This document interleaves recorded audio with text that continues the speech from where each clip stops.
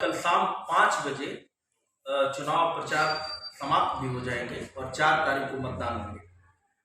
प्रत्याशियों के मन में हलचल अभी से उभरने लगा है और पदयात्रा भी चल रहा है और जन समर्थन के लिए जगह जगह लोग जा रहे हैं। ये चुनाव जो वार्ड नंबर 9 है, भारतीय जनता पार्टी के शीर्ष नेतृत्व ने टिकट देकर चौंकाया है। एक स्थानीय कार्यकर्ता जो दिन रात यहाँ के लोगों के सुख दुख में शामिल रहे और पिछले 10-15 सालों से भारतीय जनता पार्टी के झंडा बुलंद करने वाली स्थानीय कार्यकर्ता रेखा रावत को टिकट देकर भारतीय जनता पार्टी ने चौंकाया। हमारे साथ जैन साहब हैं, ये व्यापार प्रकोष्ठ के भी अध्यक्ष रहे हैं और स्थानीय मुद्दों पे अच्छी पकड़ रखते हैं। बातचीत करते हैं क्या रहेगा भारतीय जनता पार्टी ने और बहुत बढ़िया प्रत्याशी बनाया है और एक एक कार्यकर्ता उनके साथ लगा हुआ है।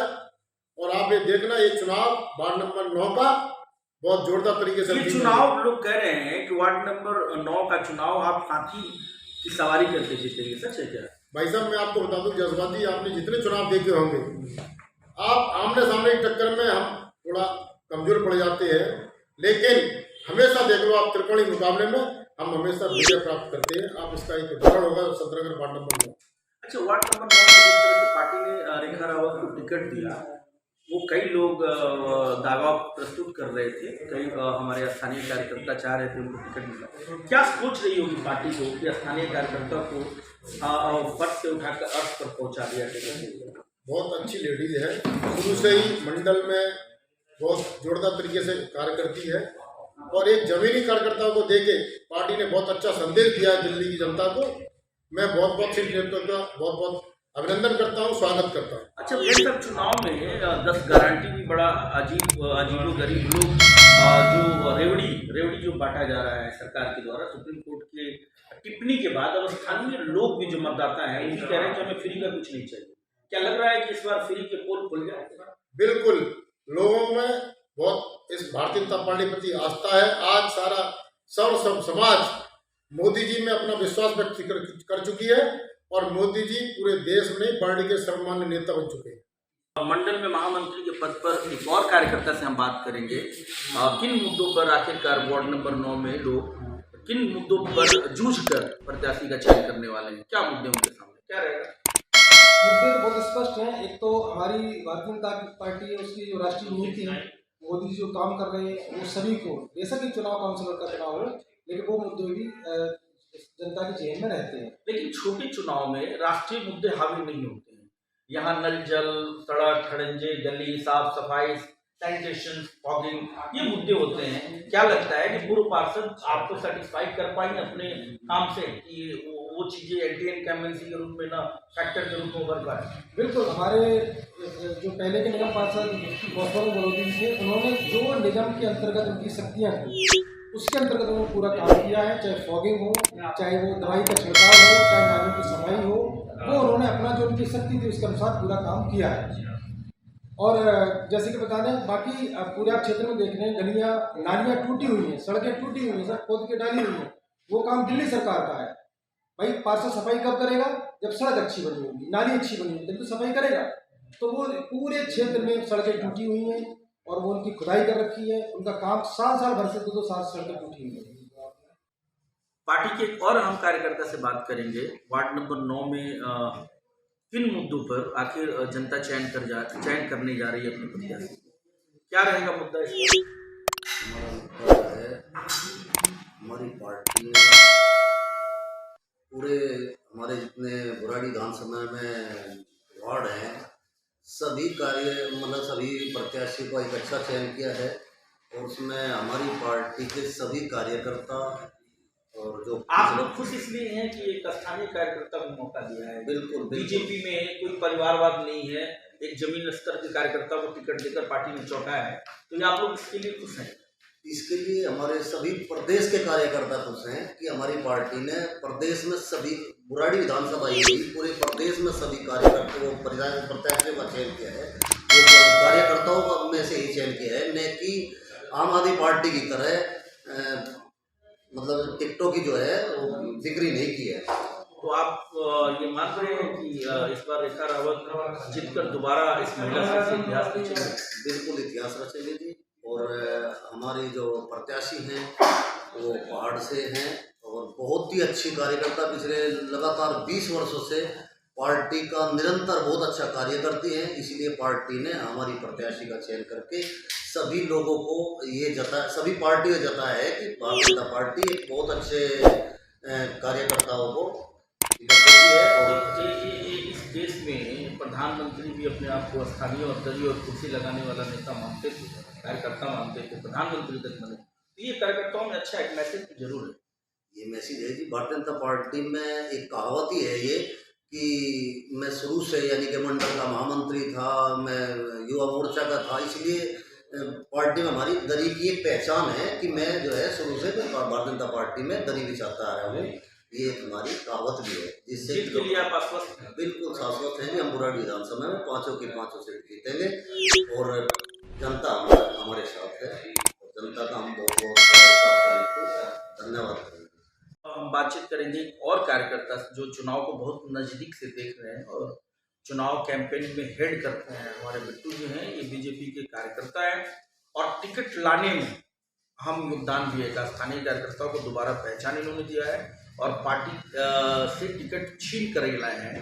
बिट्टू जी, बातचीत करते हैं। क्या रहा, कैसे आपने टिकट एक स्थानीय कार्यकर्ता को दिलवा दिया? मैं टिकट दिलवाने वाला कौन होता हूँ? कार्यकर्ता, जमीनी कार्यकर्ता जो मेहनत करता है उसे टिकट हमारी भारतीय जनता पार्टी टिकट देती है। और जो पार्टी ने दिखाया कार्यकर्ता को, एक जमीनी कार्य बूथ अध्यक्ष, एक अपने बूथ के अध्यक्ष और उसे टिकट दिया भारतीय जनता पार्टी ने। ये भारतीय जनता पार्टी की पहचान है। तो पार्टी तो चौंकाई है आप लोगों को, मतलब टिकट देकर? बिल्कुल चौंका है पार्टी ने। हमने कभी सोचा ही नहीं था कि पार्टी हमारे एक छोटे कार्यकर्ता को टिकट दे सकती है। उन्होंने टिकट दिया, हम उनका मान सम्मान पूरे रखते हैं। तो रेखा रावत को जो महिलाओं का समर्थन मिल रहा है उस वजह से मिल रहा है कि महिला उनके बीच में आ गई है, उनके सब कुछ में शामिल नहीं है? वो महिला कार्यकर्ता है, महिला सीट है और महिला उनके साथ ढंग से साथ चल रही है और मेहनत कर रही है। आज उसी का नतीजा है, आज उसे टिकट मिला है रेखा रावत जी के लिए। आज महिला उनके साथ चल रही है। महिलाओं का जिस तरह से अपार समर्थन रेखा रावत को मिल रहा है वो कहीं न कहीं उन्हें चुनाव में सबसे आगे किए हुए है। लेकिन फिर भी महिलाओं के अलावा, पहाड़ के अलावा हर समाज के हर तबके का समर्थन रेखा रावत को कार्यकर्ता होने की वजह से मिल रहा है। ये दिलचस्प है। ये परिणाम में कितना हो पाता है, कितना आसान हो पाता है रेखा रावत के लिए, ये 7 दिसंबर को पता चलेगा। चुनाव के बारे में और जानकारी लेंगे। वार्ड में किस तरह से कैंपेनिंग चल रहा है और किन मुद्दों का साथ आम आदमी पार्टी और बीजेपी को किन मुद्दों पर जूझना पड़ रहा है, कई अहम विषय पर बातचीत करेंगे। हमारे साथ मंडल अध्यक्ष हैं राजेंद्र त्रिपाठी जी। क्या रहेगा चुनाव में, किन मुद्दों पर लोग वोट करने जा रहे हैं? देखो, ये लोकल मुद्दों का चुनाव होता है एमसीडी का। सबसे पहले तो फेस वैल्यू होती है यहाँ की। जो रेखा रावत जी यहाँ के लोकल निवासी हैं और भाजपा की बहुत पुरानी कार्यकर्ता है, 20 साल से लगभग कार्य कर रही हैं। तो सबसे पहली बात तो उनकी फेस वैल्यू पे और उनको वोट टिकट देने के लिए स्थानीय कार्यकर्ता से अहम हो जाता है पहाड़ी समाज का होना। मुझे लगता है कि आम आदमी पार्टी ने पहाड़ी समाज के उम्मीदवार को अपना प्रत्याशी बनाया है। क्या बीजेपी की सोच भी वैसी रही है? जी नहीं, बीजेपी की सोच बिल्कुल भी ऐसी नहीं रही है। बीजेपी ने एक अपने अहम कार्यकर्ता को टिकट दिया है जो कि जुझारू है और बहुत ही डायनेमिक कार्यकर्ता है। जो डिजर्व करता था टिकट, उसको पार्टी ने टिकट दिया है। आम आदमी की जहाँ तक रही बात, उनका वो कार्यकर्ता ही नहीं है। कुछ दिन पहले एबीवीपी से हमारी एक एबीवीपी स्टूडेंट इकाई होती है, जिससे कि उसने आम आदमी पार्टी ज्वाइन करी थी और सिर्फ इलेक्शन लड़ने के लिए गया था और खुद इलेक्शन लड़ने के लिए आया था। चूंकि महिला सीट हो गई इसलिए अपनी घरवाली को लड़ा दिया। आप अंतर दोनों में खुद कर सकते हैं। राजन जी, ये चुनाव कितना आसान होगा? क्योंकि 15 साल से शासन में बीजेपी यहाँ अनवरत रही है दिल्ली नगर निगम में, तो ये सेवा ही विचार है, भाजपा का मतलब सेवा है, ये कितना फिट बैठता है स्लोगन? देखो, ये तो आप पत्रकार महोदय हैं, बेहतर हमारे से बता सकते हैं। लेकिन हम सिर्फ इतना कह सकते हैं, इससे पहले पूर्व पार्षद हमारे बलोदी जी थे। आप यहाँ की जितनी भी RWA है उनसे संपर्क करेंगे तो आपको ये पाएंगे आप कि उन्होंने उसके माध्यम से, मतलब जनता का शासन जनता के द्वारा ही उन्होंने किया है यहाँ पे। तो कोई भी ऐसा औपचारिक चीज चीजें नहीं रह जाती जिसमें हम ये कह सके कि 15 साल शासन किया है तो कुछ उसमें। आपका मुकाबला किससे है इस सीट पर? बहुजन समाज पार्टी से है कि आम आदमी पार्टी? देखिए, हम दोनों से ही किसी से मुकाबला नहीं मानते, कारण हम विजय की ओर बहुत अग्रसर हैं और विजय की ओर जा रहे हैं।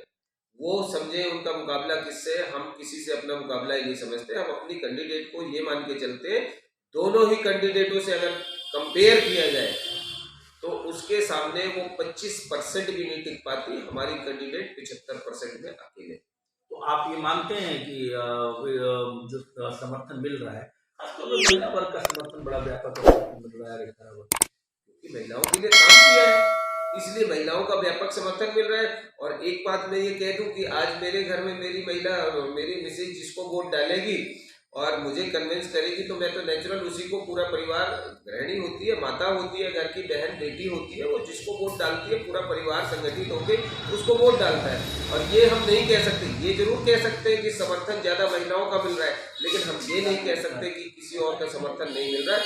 पुरुषों का भी बहुत समर्थन मिल रहा है। सबसे बड़ी ताकत जो रेखा रावत की है वो उसका कार्यकर्ता है। क्यों?